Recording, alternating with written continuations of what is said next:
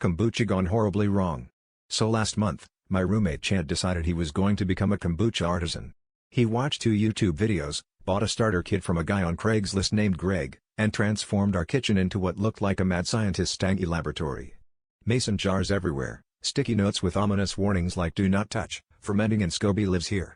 I told him it looked like he was trying to summon a beverage demon, but Chad insisted it was all very precise and totally safe. At first, things were fine, apart from the faint smell of vinegar that clung to everything I owned. But about a week in, I started hearing weird noises coming from the kitchen.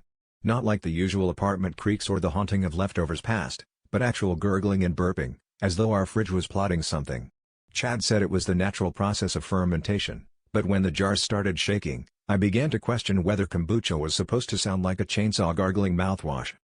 Things escalated quickly when Chad decided to speed up the process by putting a heating pad under the biggest jar.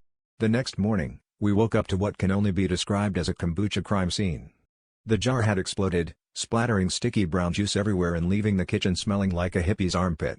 The SCOBY was plastered to the ceiling, slowly dripping like a horror movie prop. Chad just stared at the mess, muttering, "I think we overfed it." After an hour of cleaning, we sat in silence, staring at the surviving jars bubbling like they were plotting their next move. Chad sighed and said, "Well, I guess my kombucha had a fermental breakdown." At that point, I decided I'd stick to boring old coffee, at least it doesn't try to eat the kitchen.